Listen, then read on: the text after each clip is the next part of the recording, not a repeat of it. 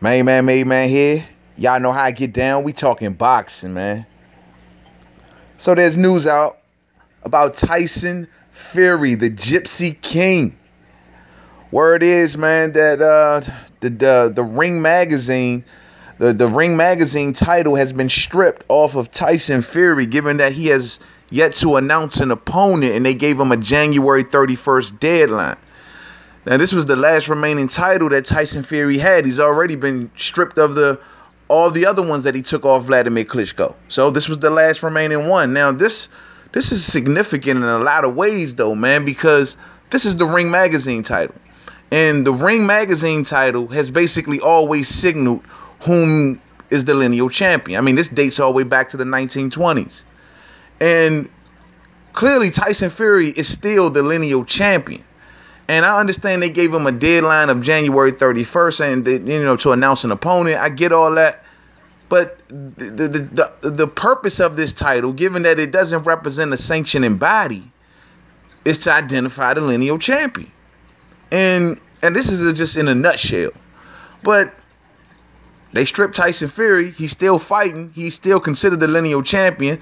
The lineal champion is the man who beat the man. He is the man who beat the man, and he's still fighting. He hasn't retired. He's still the lineal champion. And the Ring magazine now won't be accompanying Tyson Fury. Now, Tyson Fury ain't tripping. He been cool about it, given the Ring magazine did hang in there with him since for the last couple years, since he's been inactive, during his hiatus. The Ring magazine been hanging in there. But this to me loses a lot of significance of the Ring magazine title by them leaving Tyson Fury, and he's still an active fighter. And see, what makes it so significant is that this plays in a lot to the reputation of the Ring magazine's title, because the Ring magazine, like I said, started in the 20s, rolled all the way up to 1989, went on a long hiatus, returned back in 2001. And when they returned back in 2001, they didn't really do a true lineage of who was, the lineal champions in each division. And so they just kind of did basically a random pick. And they put together their people that they thought should have been the lineal champ. They didn't really do a true lineage.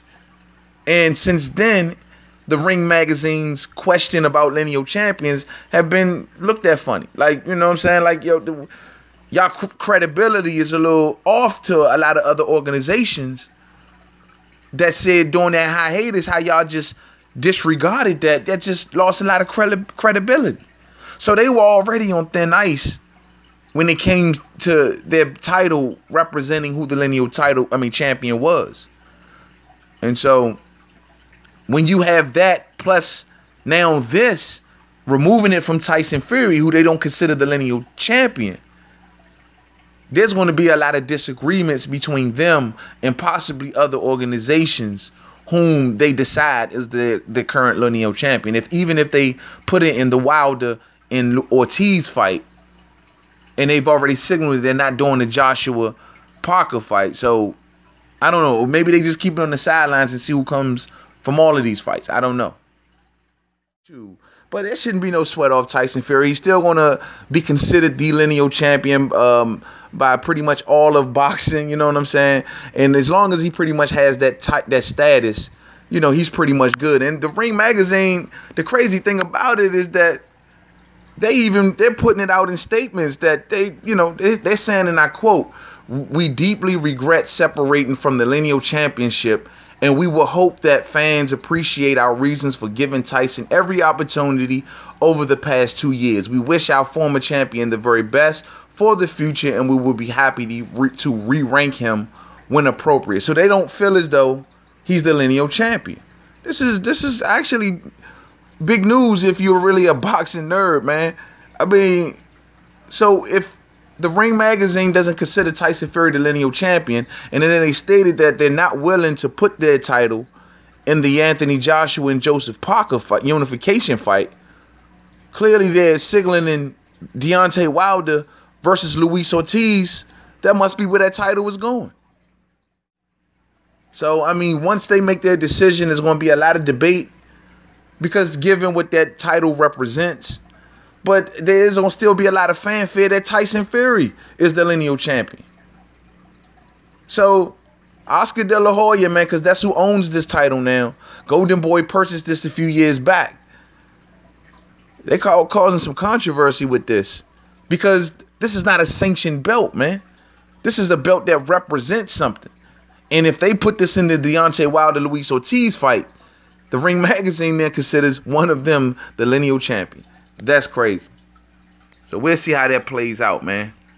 But other things about Tyson Fury, man, and he's also stated that, man, recently he's announced 2 opponents that he's willing to come back and fight. And he's saying that though they won't be his first fight, possibly, I guess he's saying his second or third fight, he's willing to fight Antonio Tarver and Shannon Briggs. He's telling them to be on point. He called this the AARP club of boxing, man. What? Antonio Tarver, like 49 years old, man. Ain't fought since 2015. Been on the sidelines commentating, man. Every time I see Tarver, man, he always sound like he drunk. I mean, but on top of that, he coming off a drug scandal, which is kind of similar to Shannon Briggs, who's also up there in age. We all know that. Shannon and Cannon. That's my man. I think that'll be a good fight for Tyson, though. Shannon Briggs would be a good tune-up fight. I can't knock that fight too heavy.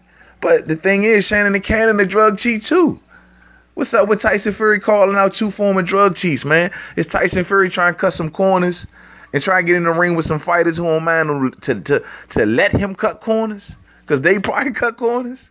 I ain't trying to insinuate nothing, but that's kind of fishy that Tyson Fury wants to fight 2 fighters that's coming off PED controversies. That's all I'm saying. Tarver coming off it with the Cunningham fight, and then Shannon Briggs coming off it when he just coming off his suspension.